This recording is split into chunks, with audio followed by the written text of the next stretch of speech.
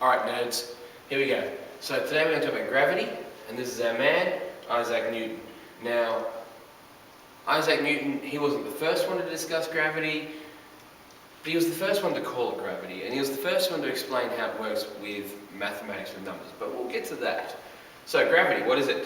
Well, gravity is a non-contact force. In other words, it's able to cause changes in either movement or where you're standing, or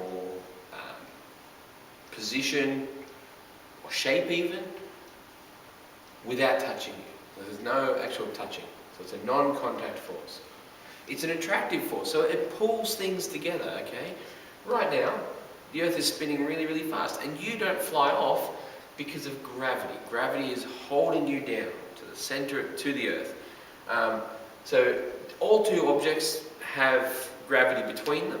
So any two masses have gravity between them. But on Earth, all gravity is overwhelmed by the Earth because it's so big. So we are pulled to the center of the Earth. As our man Isaac Newton over here discovered, he was sitting under a tree one day and an apple fell on his head. Now, that's completely pretend, it never happened, it doesn't matter. That's the story we tell because it makes sense, you know what I mean? And here, it was first described by Galileo Galilei, which is how that is correctly spelled. So gravity is first accurately described by Galileo Galilei. For example, he was the one who worked out that, well, objects don't fall the way they used to think they did. Isaac Newton over here, and I should always say Sir Isaac Newton, he was the one who discovered mathematically the relationship, and he used it to discuss all sorts of things. The way the moon goes around the sun, around the Earth goes around the sun, etc., etc., etc. Okay, so it was Newton that first used the word gravity, by the way. He was the one who sort of coined that term. Now, Galileo Galilei, he did this. Essentially, there was a dude called Aristotle, and everyone in Aristotle's time thought that if you dropped a heavy object and a light object, the heavy object would hit the ground first. And I guarantee that there are a few of you who think that as well.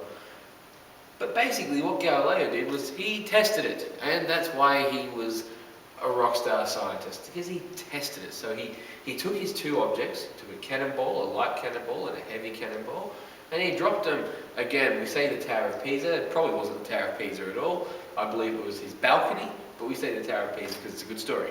So he took it off his balcony and he dropped these two heavy objects, one much heavier than the other, and because they're both round and spherical and don't have a lot of wind resistance, they both hit the ground at the same time. So all two objects, so pretty much, we'll get there. Alright, so there's a gravitational pull between any two objects in the universe. The strongest gravitational pull on Earth is between you and the Earth. And this is the first thing that Galileo Galilei worked out, is that in a vacuum, so where there's no air and no particles, all objects will fall at the same rate. Okay? And so empty space, no particles, that's what vacuum means. And that's where we're at today. Okay? So I think that's it. I think that's the lot. I hope you enjoyed that, and we'll be back next time.